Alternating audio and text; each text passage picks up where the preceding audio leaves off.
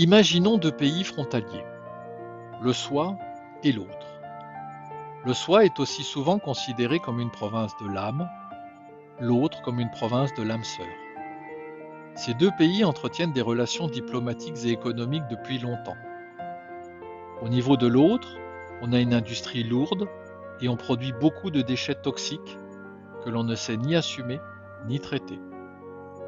On a pris l'habitude d'en envoyer une bonne partie sur le territoire du soi.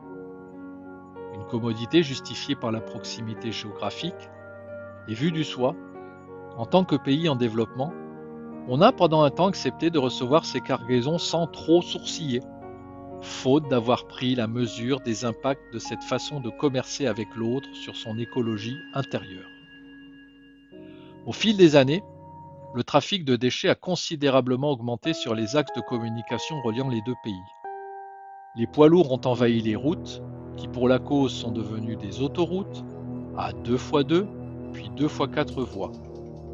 Les liaisons ferroviaires sont saturées par le fret, et même le canal fluvial qui a été créé est engorgé. La crise couve du côté du soi.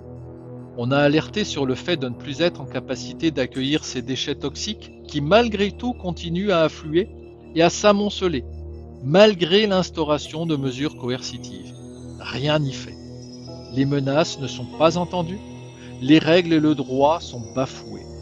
L'autre ne respecte plus le soi. On est en situation d'abus caractérisé. Du côté du soi, c'est le chaos. Vivre dans un environnement pollué et nocif devient insupportable, inacceptable. C'est l'intégrité du soi qui est mise en péril. Aussi, des activistes écologistes du soi pensent-ils obtenir gain de cause par la force, là où la négociation diplomatique a échoué. Le seul moyen, selon eux, de restaurer la sanité et la quiétude, de stopper cette pollution incessante en totale rupture avec la nature du soi, c'est de porter atteinte aux liens délétères et de les rompre. Ils décident d'organiser une action musclée visant les principales voies de communication. Tout faire sauter, détruire tout ce qui produit de la toxicité pour se faire entendre, avec l'espoir de pouvoir conserver un relationnel salutaire par la suite. Tel est l'objectif. Ainsi, au petit jour, un dimanche,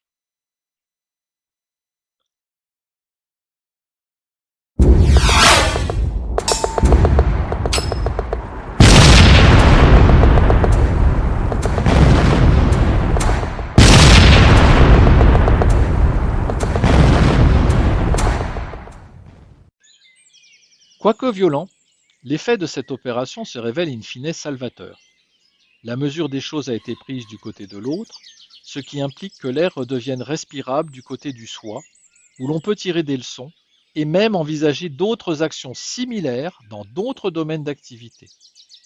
Et s'il faut aller jusqu'à couper définitivement certaines relations, les autorités de gouvernance attachées au développement du soi savent désormais que c'est le prix à payer, qu'il faut savoir être ferme dans la pose de limites pour restaurer sa souveraineté et acquérir une vraie respectabilité sur la scène des relations multipartites.